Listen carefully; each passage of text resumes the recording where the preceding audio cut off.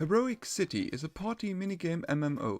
It uses a pixel visual design, which I'm usually not the biggest fan of, but it does actually look quite nice here. That being said, the visuals are of course nothing really impressive either, but they do fit the game. Heroic City has a hub world from which you can join different activities. There are 6 minigames in total, from which only 3 are proper minigames. Whooshball is certainly my favorite activity in Heroic City. It is a football minigame which reminded me of Rocket League just without the cars. The gameplay is pretty fast, but the controls feel quite satisfying. There are a couple of different variations of Whooshball which differ from each other by the form and amount of obstacles being placed on the football pitch. This brings a decent variety to the minigame. The Bomber game is like a 3D version of Bomberman just without any power-up items. There are a couple of different bomb types, but no shrinking arena like in the Bomberman games. Instead, you have to try not to fall off the map. Every player has 3 lives and the last man standing wins. Bomber game is simple, but actually enjoyable. Skeleton Survival is a wave-based survival game. You can pick up to 2 weapons and your character automatically shoots at the waves of skeletons, zombies and the like. You can only move your character around, trying to dodge the masses of enemies and occasionally pick up new weapons. Everything else is done automatically. Skeleton Survival isn't bad, but I can't say that I enjoyed it too much. Then there are also 3 smaller minigames, which in contrast to the other minigames have no bot support. The Dodgeball arena is a bit hidden away. You pick up gigantic balls and throw them at other players in a small arena. It is pretty basic. The other 2 minigames are located at the Art Museum. It is a relaxing place in which you can look at paintings, which you can also buy for your player house. The first of the museum minigames is Deathmatch, which feels like an out-of-place Roblox FPS.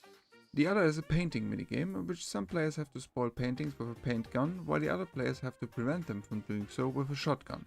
These 3 smaller minigames are really basic and not even really worth trying out. Having only 3 proper minigames is definitely one of the game's biggest weaknesses. There was a 7th disco minigame planned, which was supposed to release once the game reaches one of its contribution goals, which they didn't even get close to.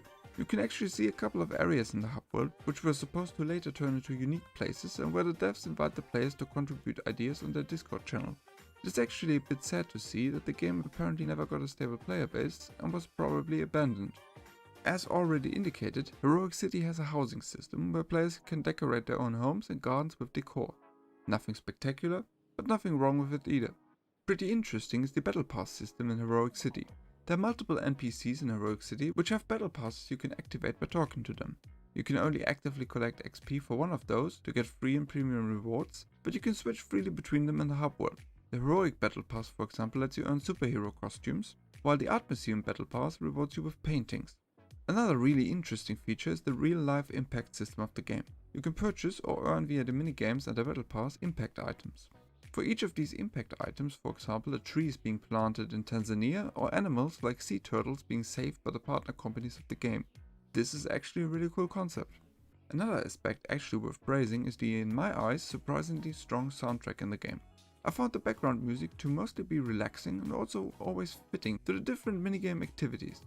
The other really big issue with the game, apart from the lack of content, is the missing player base. The developers originally hoped to reach 100 million players. The Steam player peak however is 12, and that was more than a year ago. I've only ever met one other player. Usually you're unfortunately alone in this game. Heroic City is not a bad game, and I really like the idea of a party minigame MMO. The real life impact system is commendable, and the soundtrack as well as the visuals are fitting. Unfortunately, there's not nearly enough content in the game for an MMO, and the lack of players hurts the experience a lot.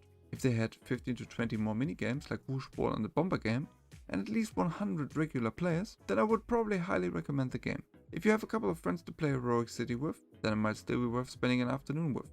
It's an okay experience with the bots, but nothing that really stands out of the crowd. Heroic City therefore gets a 5.5 out of 10 from me. Thanks for watching the video, and I hope to see you in the next one.